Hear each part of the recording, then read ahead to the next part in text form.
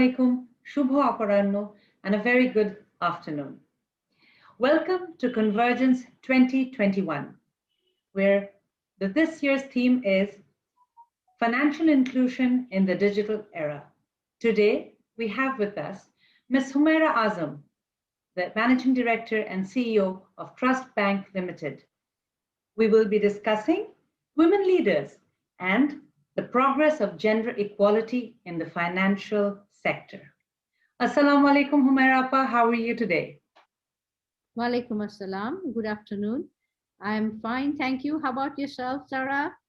I'm well, thank you, Appa. Super excited to be talking to you after a long time. Same here. Thank you so much, Appa. Appa, today we will be discussing about the progress of women in the financial sector. And who better than you to tell us about your journey and how you've done it and how you eventually became the first CEO and the managing director at a local bank in Bangladesh. So let's do this. Start by telling us about your journey, how it all began. Right. I think if you really look back, it's nothing unusual. It's nothing, I think it has been a simple journey, and on the way to work, it has happened. So if someone else would have done the same thing in my place, I am very sure this would have come to them earlier. So it's a sad thing rather that after 50 years of independence, it has come to me, which I think I'm fortunate. But even if you talk about it, it's not being fortunate also, because at the end of the day, it's also a question of mindset, because someone really needed to take this decision. So it was a matter of decision making. So anyway, as I said, that this is nothing unusual. On the way to work, it has just happened. So anyone else for that matter, it's not a question of, because the question is gender based, which also is another issue, because I have never thought about gender or anything. It's a matter of capability. It's a question of meritocracy and all that. And I am competing in a space where I have male colleagues and all that. And it's a question of, if they outperform me, I'm sure they would have gotten this space instead of myself. So, well, there you go. And if you tell me what was the magic trick, recipe, whatever you call it, there is nothing about it. Only you have had to just put in a lot of hard work, learning the ropes. That is something, learning you can't stop naturally. So learning the ropes and putting in, I guess, much more than the male colleagues. There the question of gender comes in, because the thing is, for a male colleague, it's much easier because they're automatically accepted. But when you are at the other side of it, you have to work, I guess, 10 times, 100 times more some of the times to prove yourself. So that was one thing I think was different from the male colleagues. Anyway, there you go. What else do you want to know? Appa, actually, you're so right, because every time I interview anybody for a role, and if it's a female, I still, even today, there is a doubt in my colleagues' minds that, oh, acha, will she be able to commit to night shift? Will she be able to work consistently at our job? And my chairman, Mike Kazi, he wants to fill the office with women. So he thinks women are more dedicated and we work double time, which we do. And that's exactly what you mentioned. So, but there is this DNA change that is required while interviewing at the very first stage, that, we have to be looked at equally. So, Appa, when you started out, tell us a little about that journey, how it all began when you started out at ANZ Greenless. Okay, because yeah, there it was a tough place, and it was a huge competition, if I remember, because I guess it was like 1,000 applying and only 5 getting entry, and the rest of my colleagues who got in, if I remember correctly, we were 5 altogether, and 4 of them were from IBA. Institute of Business Administration under Dhaka University. So it was I think that it was the trend at that point in time that you have to have an MBA degree, or not even BBA. It was basically MBA degree to be able to come in the banking space. Especially, I think it became quite prevalent in the. It was 1989 when I sat for the exam, if I remember correctly. So yeah, so that was the trend, and I was surprised that wherever I applied, no one called me, and it was ANZ, because they had a graduate trainee program, because I have done my master's in international relations. So it was only them who allowed me to compete. So if you let me compete in something, I think I'll make it. So I did make it. So that's how it started out, and it was a unique place to work in as well. So I think it was a big journey, sort of, and also I think ANZ had the best training resource, especially, which allowed them to actually groom up young people in a very good manner. If you look in Bangladesh scenario, and if you look at the banks, in majority commercial banks, you would find people from NZ Greenlays, and unfortunately, there is only one woman coming up, and you are now saying that, but I never thought of myself as woman again. So I think, well, I have come here. I could have joined any other bank as MD much earlier, but it was also very important for me that which place do I want to be in right now, because for me it's very important that I am given the necessary freedom to work for, and also I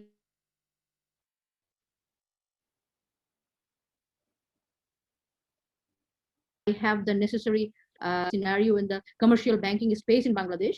We still need to outgrow a few things, and I don't need to mention that, however. But this place is one place where it's ex officio positions, and my board is very clean.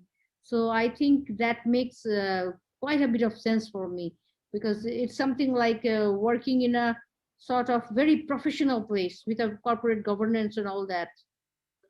Anyway, so that was the beginning in ANZ, and they groomed me up for the corporate banking space and everything. And now I am here. And when I talk about corporate banking space, yes, after joining there, doing the management trainee rounds, let's put it this way, because you have to learn all the you have to be with all the departments. For me, I think that was a key thing, because I am somehow doggedly I pursued things, and when they were putting me in different departments, I took the time. That 1 month was very valuable for me, because I just thoroughly learned whatever I was getting. So that made me all rounded, be it treasury, be it finance control, or be it foreign trade, or be it corporate banking, be it credit, be it capital risk management function, be it automation, whatever you talk about, because wherever they put me in, I took the time to do the best of learning that I can. And also later on, I was hung up about it. Let's put it this way. So whenever I finished something, I would want to move on to the next space. Like okay, I have done the multinationals in corporate banking, so now I want to be in commercial and quasi governments. And once I have done that, I want to be in financial institutions. So I just spent a bit of time. The moment I saw that I am performing at the top of my position, so I decided I need to learn much more. I have appetite for more, and I wanted to be, as I said, all rounded, because I wanted to be. They talk about generalist and specialist. I thought that I am a proper generalist, and I like that, because it gives you a lot of advantage when you are now. It makes all the sense for me that I have learned all these, and I can understand any of the functions. And if you don't do it at the top, you won't be able to get the best results for your organization. So I think it's very important. Absolutely, Appa. Getting down and understanding each and every department, and also what we can see. And I am sure there will be a lot of others who are going to listen to you today. So getting out of the comfort zone, that is extremely important. You pushed yourself to continuously evolve in every new role. And that is probably True. what each and every managing director today, as we see, um, all the banks out there, we observe that they're conversant in every department, every division. So absolutely, Appa, you did exactly what was required to get to that level. Um, Appa, I remember a little story about how you switched to corporate banking or how you picked corporate banking. Do you want to share that a little bit? How, because I'm taking this opportunity for you to be relatable with others who are aspiring to do well. So if you share a few things that you faced, Appa, we can also relate to it and we can also dream of becoming Humaira Azam one day. So tell us a Definitely. little about the challenges you faced, maybe. I think whoever is sitting there, including yourself, Zara, you are much more talented. You can do much better than me. I have always thought so because opportunities are huge and for a young person.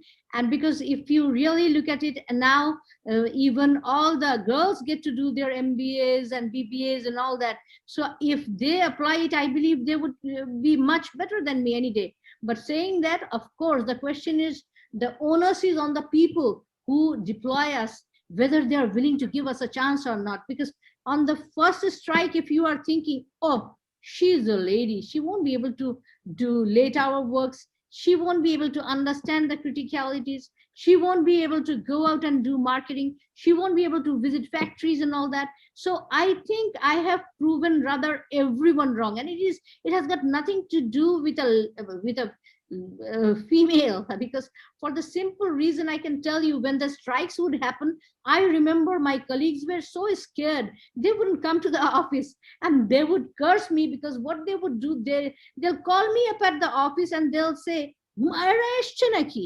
মানে has she arrived?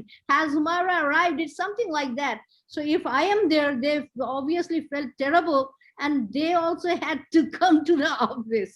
So it was, and for me, it never stopped me. I'll walk down because I know the strikes were really terrible, and you can't even take a rickshaw down to Motijil because they would actually burn down the rickshaws as well. When during the period of one of the presidents, you can relate maybe. It was in the 90s, 91, 92. So Yes, obviously Appa. that was, it was a huge challenge, and I would walk down, I wouldn't mind.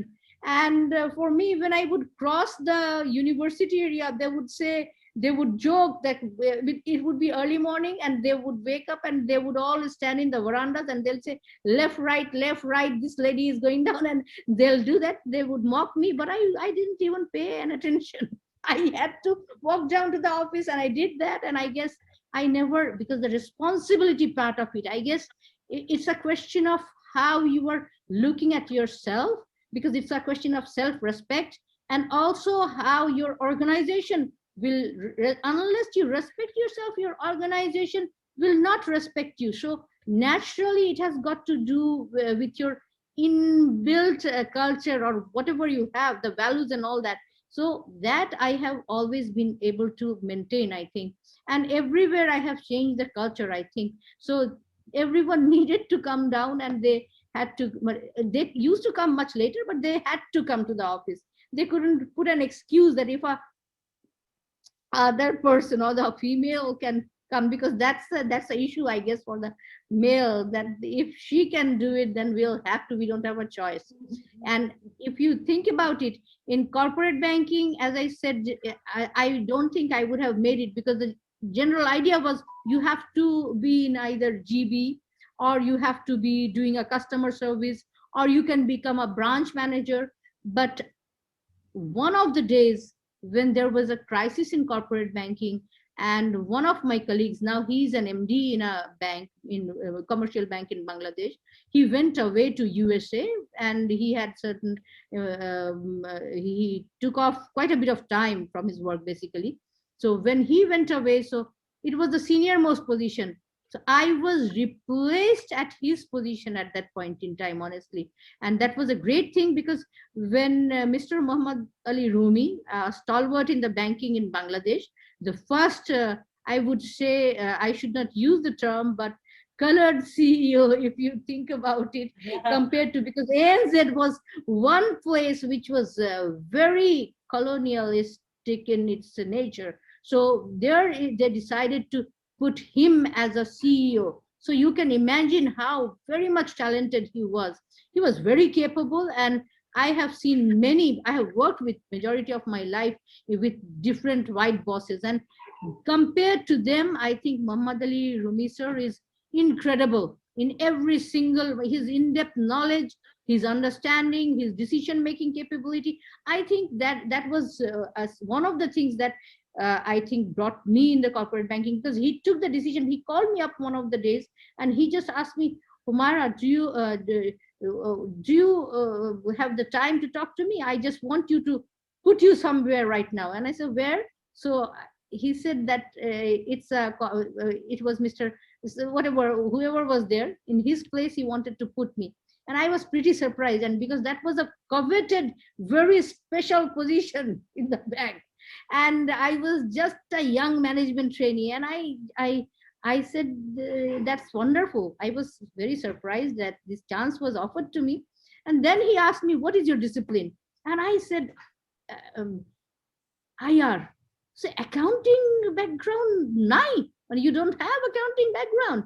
And I was taken aback, because I have to obviously in corporate banking read all the balance sheets and all that. And and all I said, Ami Parbo, because that I can do it. Yeah, I just said, I mean, I can do it. And he said, fine. And then just within 7 days, as a matter of fact, I joined corporate banking. If he didn't allow that to happen, I don't think I still believe I wouldn't have made it this far.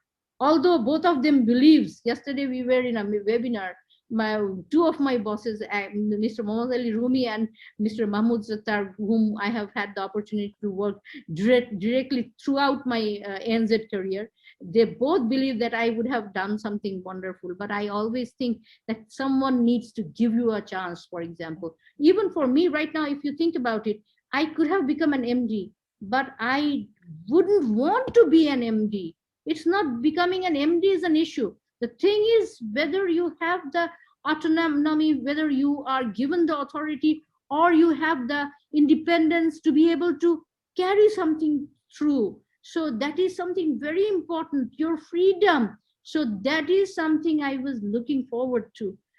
Otherwise, it's a position, you can be anywhere. So I was not looking after the position, although everyone thinks that. Although in 2009 I did become a managing director, I also wanted to prove that I can do something which the males failed to do, because IPDC was miserably failing when I took it on.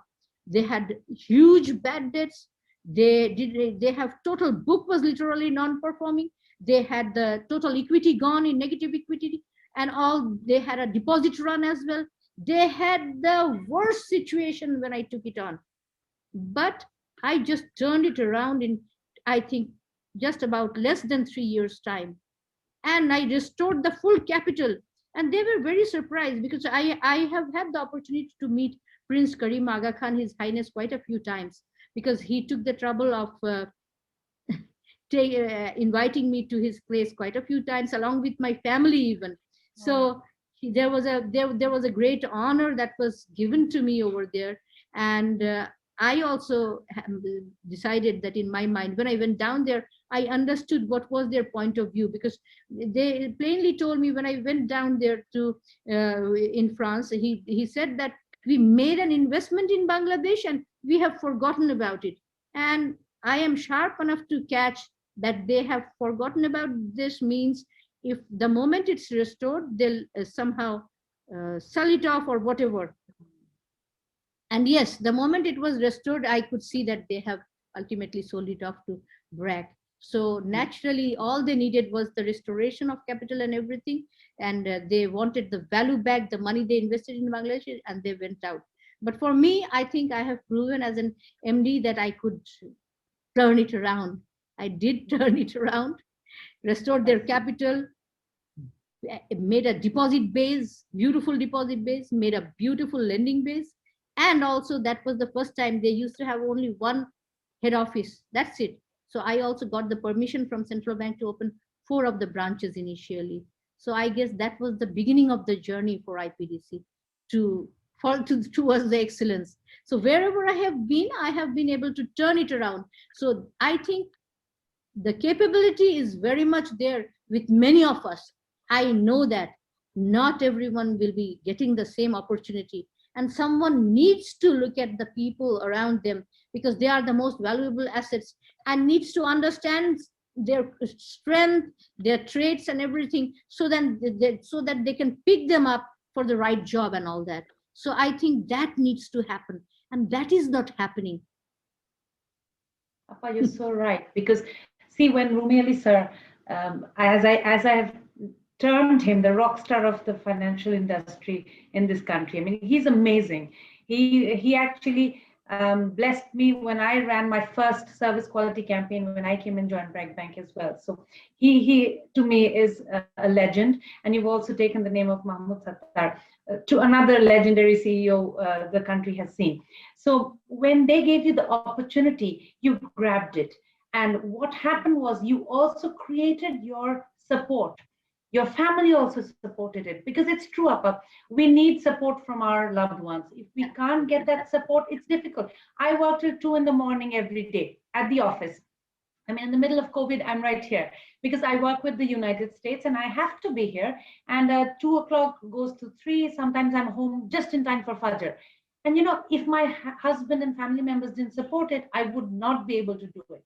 Appa, you have been supported as well. So share with us Absolutely. how you gain that support. It's very important for us to learn how to gain that support from people. Absolutely, because at the end of the day, you talk about work-life balance, it never happens. Someone definitely, and if you want to really make it up there, someone solidly needs to back you up and support you. And what I can tell you for myself, if my husband didn't support me, then I wouldn't have made it so far. Because we also have because his family he has got many brothers and sisters, 9 of them, as a matter of fact, 10 brothers and sisters, 9 of them are outside the country. And what happens is all my daughter's cousins are there for overseas and all that. So we don't have anyone to support Raisa in that matter, my daughter. So if Ershad didn't support me, my husband, so if he didn't support me, I don't think I would have come here. So we two sat and we decided, okay, this is how it's going to be. This is the equation. And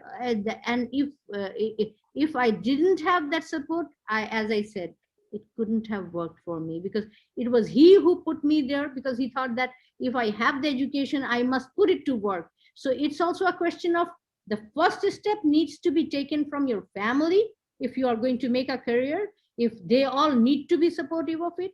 And the second step is in your workplace, you need to have someone who is smart enough, who is intelligent enough, who is, I think, who is not biased also to pick you up. So there are lots of parameters that needs to get into it.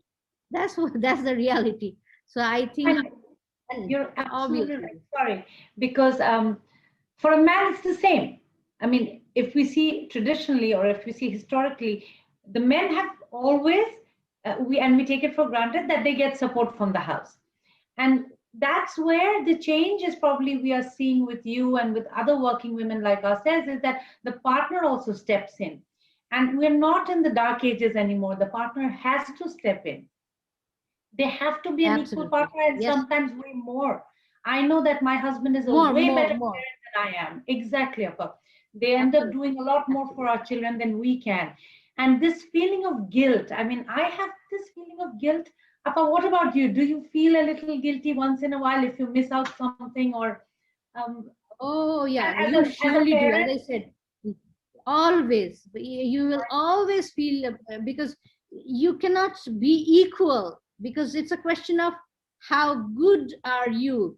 So are you so good that you are good everywhere? It's not a question of being also good. It's a question of being outstanding. If you are doing outstanding in work, can you copy that in your family?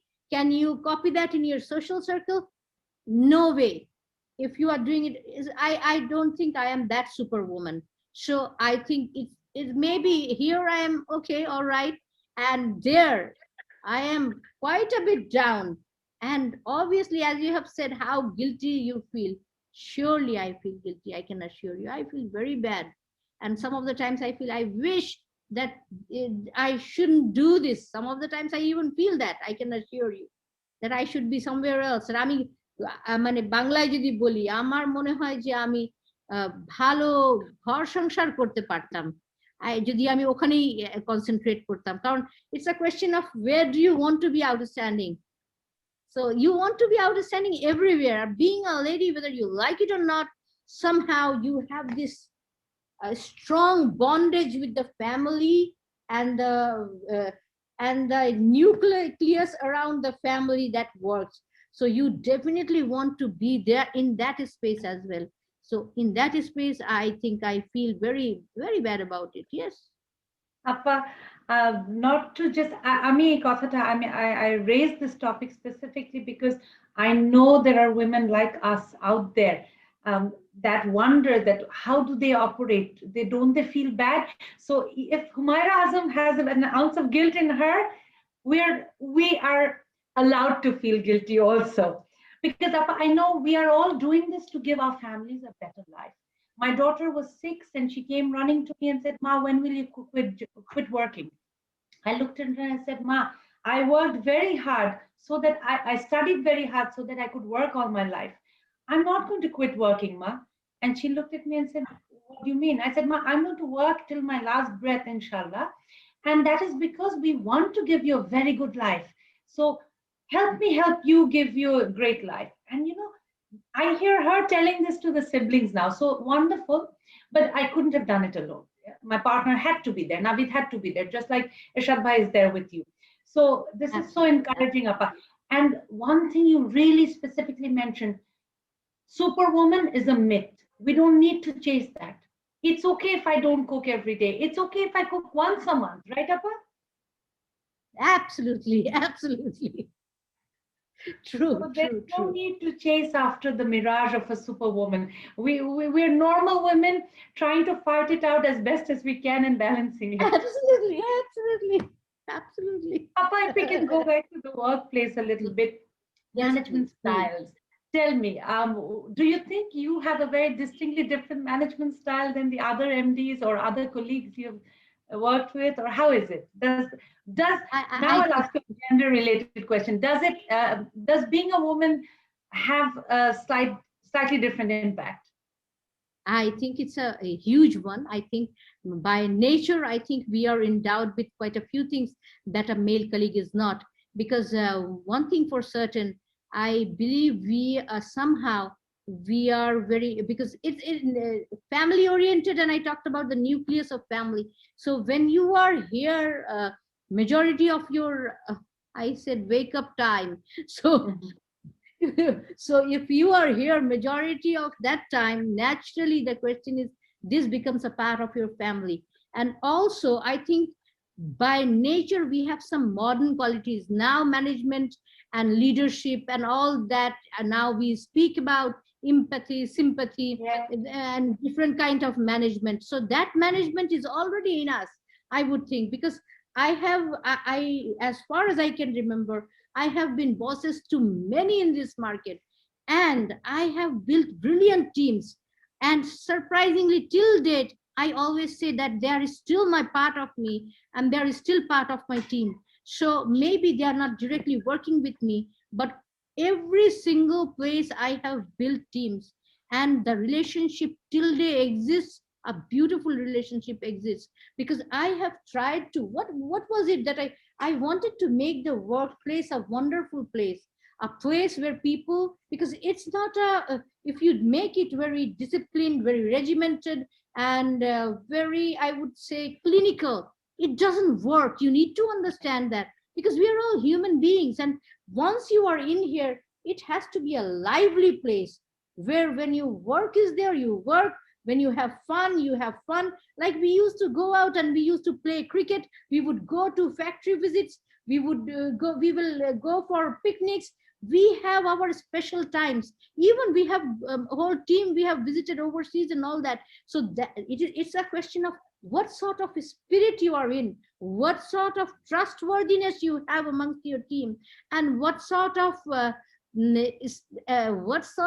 deliverables you have. And it becomes very easy when you already have everyone's buy-in, and you know them, and you know what is the strength of each of the individual team members. So accordingly you allocate that, and you also tell them that if one is failing, you pick them up also, because it's all about, at the end of the day, achieving something good. And if we all do it together, you are not putting anyone down of the team, which is very important. So I have always pulled my team together, and I feel very happy about it till now, because when we sit together, we reminisce about it, and we believe that it has been a wonderful, wonderful, wonderful working experience. And even now, what am I doing? I'm building my teams. I visit my branches. I talk to you. I talk with everyone, even the peons, even the guards. I always greet them. I make a joke about it that even ওদের কাছ থেকেও তো তুমি remittance আনাতে পারো, because দেখা যায় যে গার্ডের আত্মীয় বিদেশে থাকে, বাংলায় বলছি এখানে, সো সে রেমিটেন্স পাঠায়, সে একটা সেভিংস অ্যাকাউন্ট খোলে। So I think it's a question of they also feel very great when they think যে আমাকে ম্যাডাম কথা বলছে, but it's not about madam কথা বলছে। এইটাই তো কালচারালি হওয়া উচিত ছিল, যে we do not deliver anything from a high horse. You can't do that. You have to be at their level. I always say I work with them. I never say they work under me. You can't do that. So these are the values you will need. And also you have, let them work, let them perform, even let them make mistakes. And you, because when they are working and it's something which is not conscious, on your way to work you have done it, you support them so that they learn to take more responsibility. They are courageous enough to take next decision. If you are trying to punish them just because they have made a mistake, you will destroy their future strength of decision making. So you need to understand these things when you are handling people. That's a very delicate thing you are handling. You can pull them up, you can drown them. So make your choice what you really want to do. So that needs, you need to consistently teach them. You need to, because people talk about appraisal, and wherever I go, I see at the end of the year you are doing an appraisal, but appraisal you do every day. And the key of winning is 75 to 80% time should be on people management if you want to be a successful leader. It is not about, when you come to this level, it is not about other things, because you bring your team up to a level so that they perform, you back them up, you encourage them to deliver more, and you make sure that everything is, as long as you are doing all these things, you are definitely going to deliver much more than desired. Absolutely, Appa. I can relate to it a lot because I remember at one point my former boss said, Zara too is always taking her team out for lunch. They're always out to lunch. They're always eating away. And every time there was a new restaurant coming up, I would take them out to eat. And it was laughed about, but I have experienced the benefits of it. And I do a working lunch, I bring extra food. And, when we're talking and casually, we can beat a lot of odds. Just when we're in a casual environment, we can get to talk about challenges, we can beat them, we can formulate ideas, and also about giving the opportunities that we were giving those to others. I remember taking a young team member and just putting them in front of head of retail and saying, go ahead, explain the card campaign for Eid, for Rosa. And he was like, what's wrong with you? I can't do this. I said, of course you can. I can't do it. I'm having throat-ache. You do it.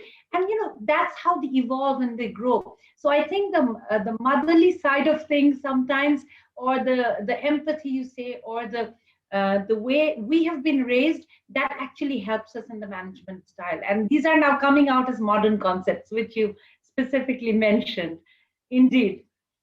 But I'll I'll interrupt. One thing you have Sure. stated, right? Sharing food is something very special. Always remember that, because sharing food is like sharing your love for something. Because if you love food also, that's I another issue altogether. So when you share, it's something very special, I can assure you.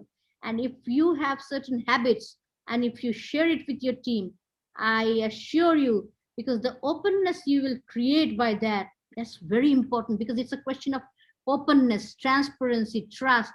So unless you have reached a position where they'll tell you everything, if they are hide, for example, they can make a mistake, and if they hide it, it can have a disaster, or it can have a unproportionate result at the end of the day, which you don't want to see. So these are the things, and that's why you create these informal things, and you actually go for it anyway. So exactly. let's Thank you so much, Appa. It's thank wonderful you, to see thank that we have a lot of the similar mindsets and similar ways of looking at things. It's so encouraging for somebody like me, Appa.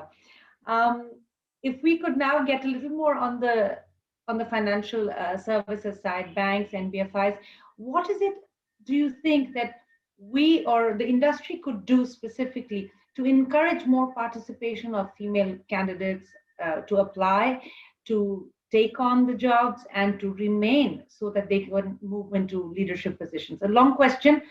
Please take your time and explain to us what you think. you. As I said, that it's a question of all the employers' mental stature, that whether they want the diversity to come in or not.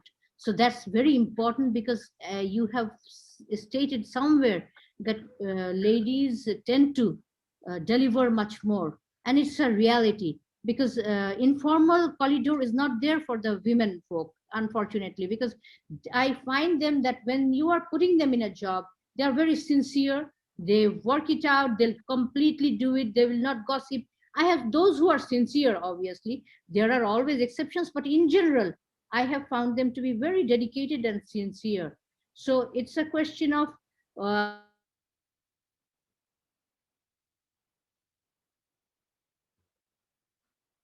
how you want to groom them, how you want to be an MD or something going forward, which they can easily do. But in that case, they'll have to have a supporting system where they need to decide আমি factory visit করতে যেতে পারবো কিনা, আমার জন্য late আওয়ারের কোনো সমস্যা আছে কিনা, আমাকে কোন একটা এমন একটা জায়গায় যেতে হতে পারে যেখানে পরিবেশটা তার ভালো না লাগতে পারে। For example, I have been to every single place, চক বাজারে গেছি, মিটফোর্ডে গেছি, ইসলামপুরে গেছি, তারপরে খাতুনগঞ্জে গেছি, আসাদগঞ্জে গেছি, এমন কোনো জায়গা নেই, ভৈরব বাজার গেছি, anywhere and everywhere you tell me, I have been to like every single place. এবং এমনও হয়েছে যে ফ্যাক্টরি লোকেশন খুব খারাপ বা কোনো কিছু, একটা সময় তো খুব ভাঙা রাস্তা টাস্তা ছিল, এখন তো তাও থিংস আর improving. So they need to actually decide যে আমি এগুলো করতে পারবো কিনা, because it's also very tiring, I can assure you. তারপরে তো আছেই মানে যেরকম ট্রাফিকে আটকে থাকা, তারপরে ঘন্টার পর ঘন্টা গাড়ির মধ্যে বসে থাকা, এগুলো তো these are the part of it. So ওগুলো সবও চিন্তা করতে হবে। এমন কোথাও গেলাম যে রাস্তা টাস্তা ভেঙে গেছে, হেঁটে আমাকে 1.5-2 কিলোমিটার যেতে হবে। সো মেন্টাল স্টেচারটা যে কোনো চ্যালেঞ্জের জন্য তো obviously you will have to be prepared for it. They should be able to think differently, and once they are given the opportunity, what I can see that everyone is now deploying, they try sort of gender balance, and they are now, and also you would find the capable students, I would rather use the word, they are also coming in, and they are trying to be in this space. So if they come in, and they also, it's a question of how they look like. It's a question, when I'm saying how they look like, means what sort of decision making they are doing, what sort of follow up they are doing, what sort of work they are delivering, what sort of challenge they are willing to take in the work. Because you will see jara ekটু bhalo, jara those who are good, they will show all these qualities while they are working. So এই কোয়ালিটির জন্য তাদেরকে কিন্তু mentally মনে রাখতে হবে যে it's also creating a perception that I can do it, whatever you give me, একটা জিনিস হচ্ছে না, they can always take it on and they can deliver it. ঠিক আছে, let me do it, and when they do a good job of it, I'm sure someone will take notice of it. So অনেকগুলো জিনিস তার নিজেকেও কিন্তু সেই পারসেপশনটা create করতে হবে, যে আমার জন্য যেরকম একটা পারসেপশন আছে যে আমি ওয়ার্কোহলিক, which I don't like, but I know that I have been a workaholic. That's unfortunately I can't change that.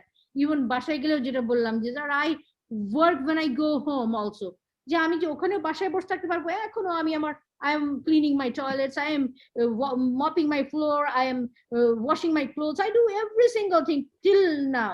So it's a question of what are your habits, what do your preference of doing things, let's put it this way. So it's a question of the preferred style of the individual, but I can assure you there are no shortcuts in life, because for some I have seen that some people try to manage their bosses.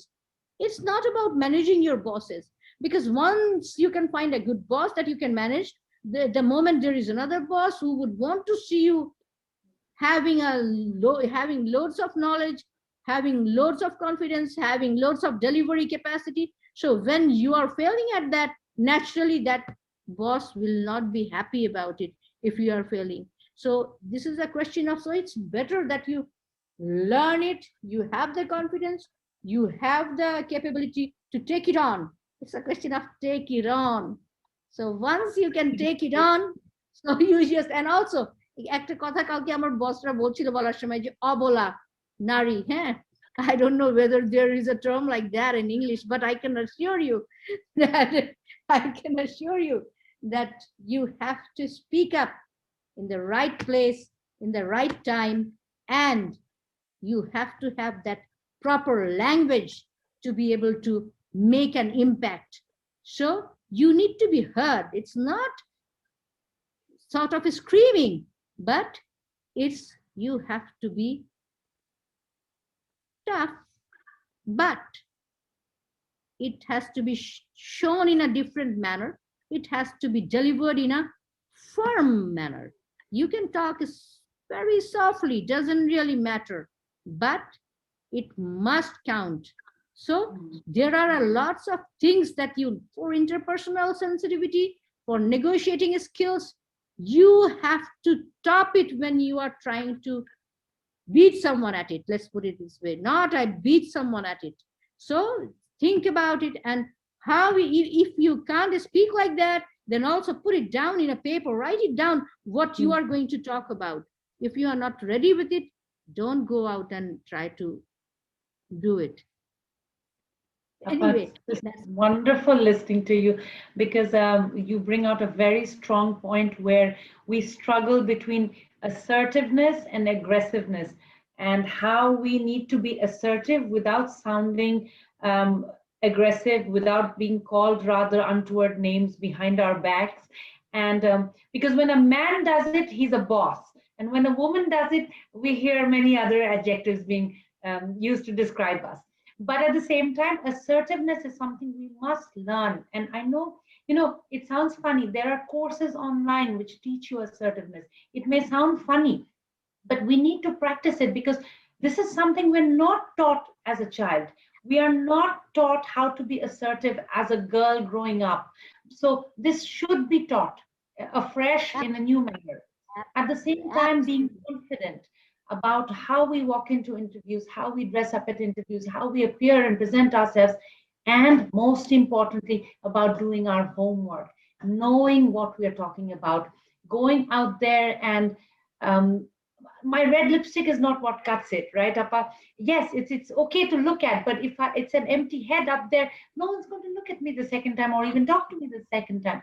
So it's about doing my homework, knowing what I'm talking about, and being confident in presenting it. So these are things that we need to continuously train, and maybe financial institutions, especially banks, could have specific trainings in like an affirmative action. Go ahead and train the women, because we tend to lag behind in these skills. So what do you think the financial sector could do further to enable more participation of women in the workforce at all levels, essentially, not just leaving it on the woman, but I'm asking what the industry could do. surprisingly, if you tell me, this space is, I think, for both for the male and female in Bangladesh, because at the end of the day, if you really look at the quality and things like that, you will see that in general, you rarely see someone delivering something which you really like. So it's a question of, should there be yes, there should be definitely institutionalized form, and who should be there. If you tell me who should be able to do that, so in that case it's a question of very specialized skill. We as a nation, we have very huge shortcoming as far as negotiating skill, and also if you tell me to, like, debating skill, I have seen people debate and all that, but you have to, because what I see that some of the times the debates come across to me as screaming some of the times, if you tell me, if you're watching those.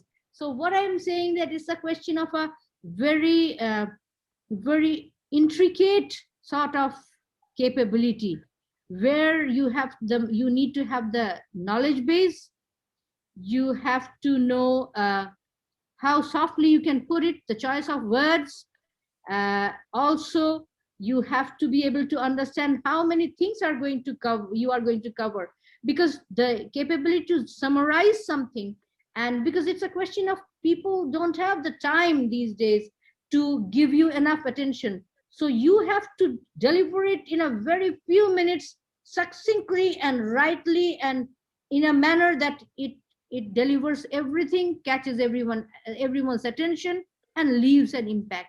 So I think it's a very difficult art, as I said. So it's a very intricate thing, and you will get it over a period of very long time, I would think, because not a few sessions can prepare you for that. So anyway, but you can at least tell them that what are the basics, and you can have certain sessions when you are grooming them up. What I understand, when you, because those who you have gone those who have done MBAs and all that, I understand there is a even how to eat, or what to dress up like, all those are taught.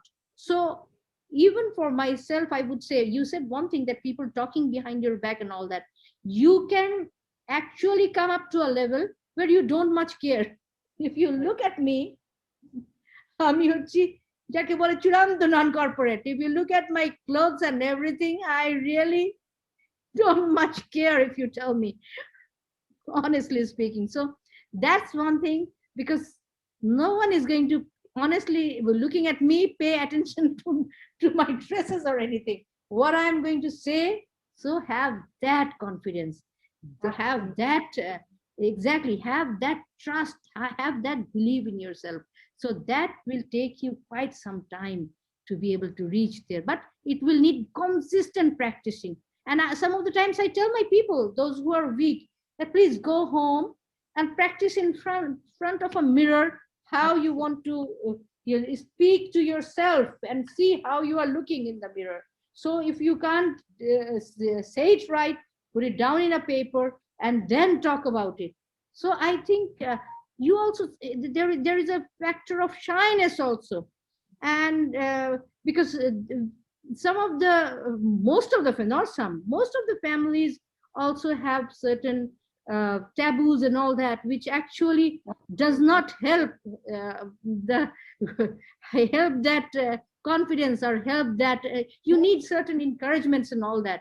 That doesn't happen actually in life. So I guess those are the things. So I would think that women can, and if I can, I have, however, my father used to say, whatever a man has done, a man can do. So I would think that man is a human being, so I would be one of them. So it doesn't really matter about gender. So one's got to do what one's got to do. এটাই হচ্ছে কথা, we have to do what we have to do. We know what's going to carry us forward. We know our calling. We've been put for a particular purpose on this planet, and the calling comes to us at some point in our life.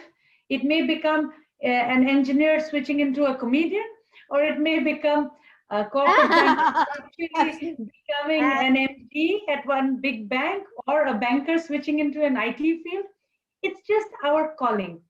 আর আপা tabu কথা আপনি বলছিলেন, which is very interesting because when I joined the service quality team at Bragg Bank in 2009, it was so difficult to make people smile. And then we stopped. My mother-in-law, my mother, they told me, listen, Zahra, you're trying to make a generation of girls smile where we are told from childhood, Hashbina, don't look at strangers and smile. Don't smile. They will think you're an easy girl. They will, they have these taboos related to smiling. And it struck me like lightning. So, yes, there are many things that are taught to us and it becomes counterintuitive as we grow up. We are taught something else. So this is something I share a lot. They talk about women breaking the glass ceilings, right, Appa? So I go forward with this new theme and I share with everybody and I say, don't raise your children or your daughters in glass cages. If you raise them in glass cages, how do you expect them to break the glass ceilings? Because they will not have the confidence to do so. So remove the glass cages, they will fly. They will do whatever they have. I don't know about that, because one thing for certain, who has coined the term? The question is, who has coined the term? Someone sitting there in Harvard University deciding that there is a glass ceiling? I have always said that I have never thought about it. And who has limited us? No one. So if you are looking at that article and you are deciding there are glass ceilings, then there is a big problem. Because I have always said, sky is the limit. So why would you think about limitations? I have always loved one thing for certain, and that is I think the simile of when you are looking at a bumblebee.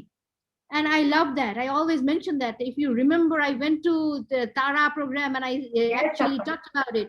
So a bumblebee cannot fly scientifically.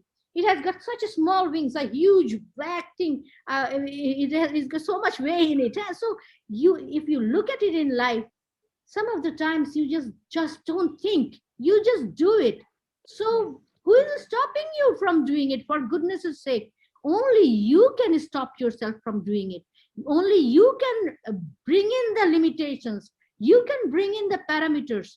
I don't think I have ever thought about it. And I can do much more than a man can do. I can assure you of that much, because I have been in a corporate world. I don't know of one single colleague who has done what I have done all throughout. So I think, as I said, with the IPDC, so many of my male colleagues failed. So after their failure, I took it on. Even in SCB, when I took on Group Special Assets Management head position, it was really, honestly speaking, it was not doing so well. So I just decided to go on, finish it, and close the department in a 2.5 years' time almost. We needed just a small portfolio was left, and we left Nadia Mizan over there, and we thought she would be good enough to run that show. So it's a question of what do you want to, it is not a question of being male or female. It's a question of what you want to achieve, and you don't draw the lines, you don't draw any limitations. I don't think limitations are something I would like to live with. So that's what they teach your daughters and sons. Whatever you want to do, let them do it. Katuk, chiruk, poruk, anuk, let them do it. So all you do is you be behind them. If they even fall, you just be there for them. I think that's the more important thing. But let them learn, let them be different, let them have the courage to encounter things in life. Not সবাই rocket scientist হবে না, সেই জন্য কোনো দুঃখ থাকা উচিত না বাবা মার, যে বাচ্চা ভালো আছে, সুস্থ আছে, they are okay, their mindsets are all right. They can fight it out in life, they'll live, and that's it. I think there are more parameters than just this. There's so much regimented things that we do in life. It's not that. It has to be much greater than this. And even last evening, I am talking about it consistently because I was there with all my earlier colleagues and all that. I can tell you, what do you strive for? If you tell me, I strive to become a better human being any day, rather than this position means literally nothing to me. I can assure you of that much. কাজ করতে করতে এখানটা এসেছি, যেটা বললাম, এটা তো just একটা nothing, just আমার যা ডেলিভারি ওটা আরেকটু বাড়তে হবে, that's about it, nothing else. রেসপন্সিবিলিটিটা আরেকটু হায়ার, that's about it. কিন্তু কি আছে at the end of the day, what do I want to achieve? I want to be a better human being. আমি চাই যে even একটা মানে a beggar who is there in the road, I want to greet that person. I want to be at least with the level of any human being around, because they are in their place by the dint of decision from somewhere else. So obviously I am here just because that is also a decision from somewhere. So what do I want to achieve at the end of the day? I want to make sure no one feels that I am someone very I talked about high horse. I always hated the high horse, I can assure you. I love horses, by the way. Anyway, that's a different thing. Any sport, I love like anything. That Same much I here. can tell you. But yeah, exactly. All the sports, if you talk about cooking, I have a huge garden, which I do. I like angling. I am very good in angling. That is, and I do a lot of things. So anyway, that's besides the point. But as I said, I want to be I am a very small human being. I want to remain like this. If I can do some good to someone, I would want to do that. I don't want anyone to be hurt by my words. I don't want to ever look in any way arrogant. So there are lots of things that I want in life. I don't know whether I have the time to achieve all those, but I try. Appa, I mean, it's been phenomenal listening to you. You have achieved so far, mashallah, dreams and positions, or as a person, you've achieved, I mean, maybe what 100 girls have dreamt of, or thousands of girls dream of. So thank you so much for sharing this 1 hour with us and sparing your time and sharing the mind of Humaira Azam. What got you there, what you're doing now, how you have gotten to where you have, and inspiring us as always. I mean, you are an icon for me. You know how much I love you and I admire you. And today it's been an honor and privilege for me to be able to interview you. This is like a tick off my bucket list. I swear to you, Appa. So I would I reciprocate exactly the same. So I also look up to all of you, and it's thank you. exactly because the cheering and I don't know what you draw from here, but I certainly look at all of you and I draw a lot of inspiration and cheering. So that makes my day. And looking at you, yes, you made my day. Let's put it this way. Thank you so much, Appa. It's wonderful to speak to you after so long. I know you're so busy, so thank you once again. I mean, this session has been different from all the other Convergence 2021 sessions. This has been from the heart to the mind to action. So this is phenomenal. This is how we women do it. If anybody was watching and anybody wants to take notes, go ahead, rewind and see exactly the message that is important. It's all about working hard and being focused at it and continuing it. Because yes, with our support system, with our mentors, we have been put on the planet to do something, but we only get to do it when we actually get right down and do it. So thank you once again, Humaira Appa. Ladies and gentlemen. Thank you, everyone. Thank you very much for inviting me, and thank you to Tirtham as well. And I thank you, Zara. It was a wonderful session, and it was like, it was a relaxing session. Let's put it this way. Wonderful. Because I'm very scared of audiences, I can assure you.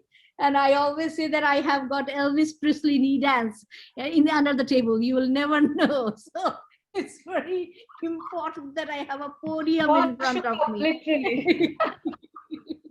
Thank you so much. Anyway, thoroughly. Thank you. Thank you so much. Ladies and gentlemen, it's been wonderful. We had a Fireside with Ms. Humaira Azam, Managing Director and CEO of Trust Bank Limited. It's been a wonderful session. I hope you enjoyed it as much as I did. This was our session for Convergence 2021. Thank you.